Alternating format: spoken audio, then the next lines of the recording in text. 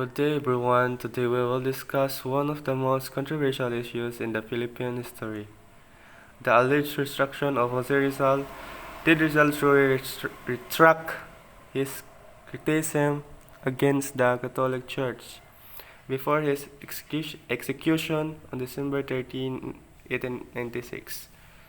Or was the retraction document fabricated to weaken his nationalist legacy?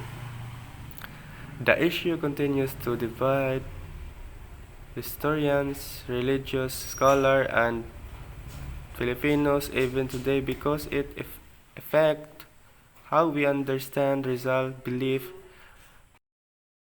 patriotism, and final moments.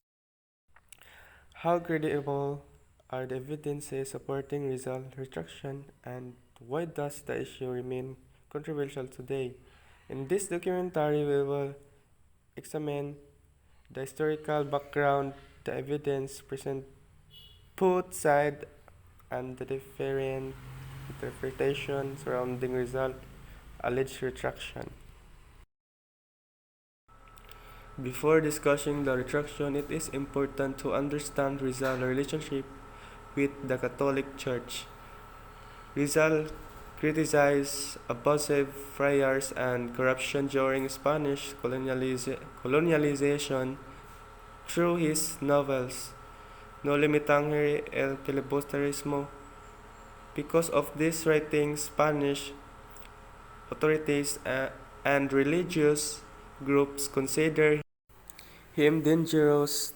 In 1986, Rizal was arrested, tried for rebellion and sedition, and sentenced to death by firing squad. The controversy began on the night before his execution. According to church authorities, Rizal signed a document retracting his anti-Catholic statements, returning to the Catholic faith and agreeing with church teaching. However, many historians question whether the document was authentic.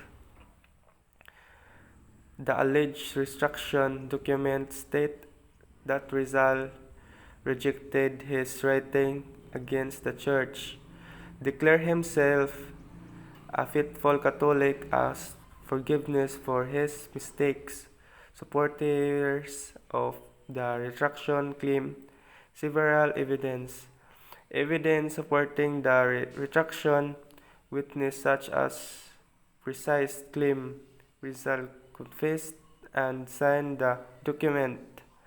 Rizal report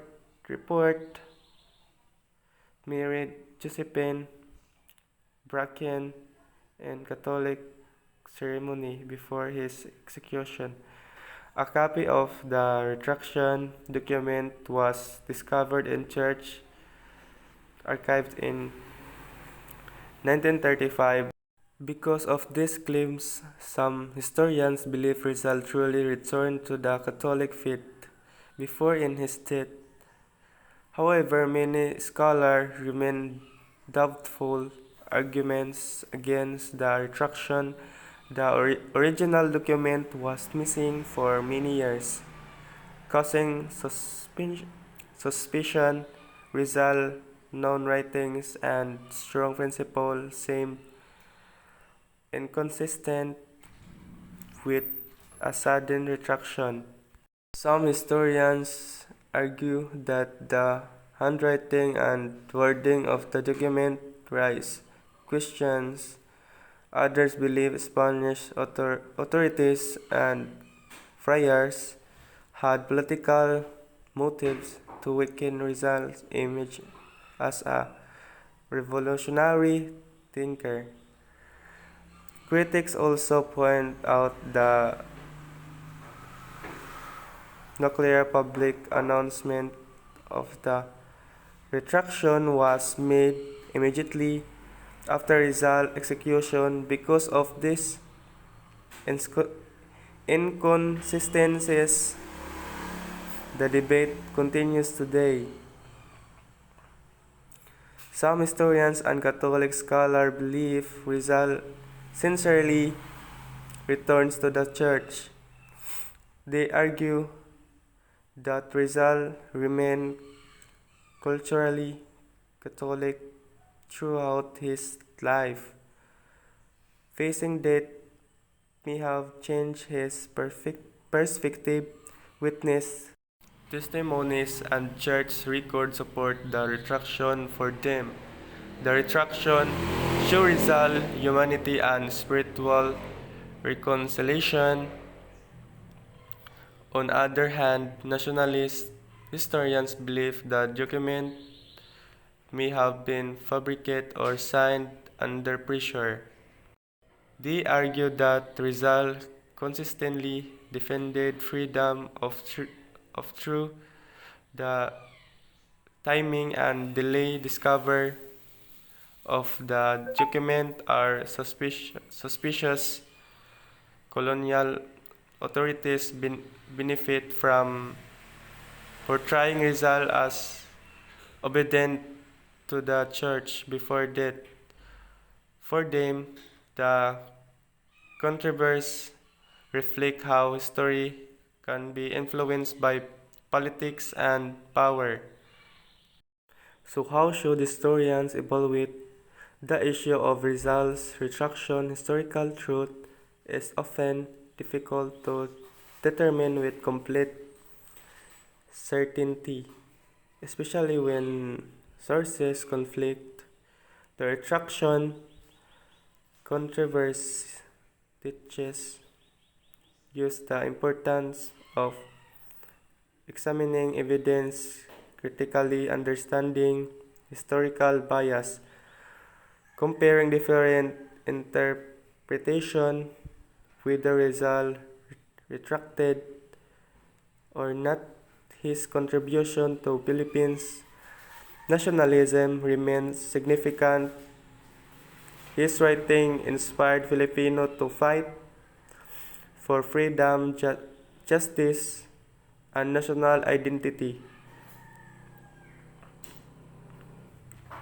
In conclusion, the issue of Rizal retraction remains controversial because the evidence can be interpreted or interpreted in different ways. Some believe the retraction was genuine based on witness accounts and church documents. Others remain skeptical due to inconsistencies and possible political motives. Ultimately, the controversy is not only about whether Rizal signed a document, it is also about how history is remembered, interpreted, and used to shape national identity. As students and citizens, we must continue studying history critically and responsibly.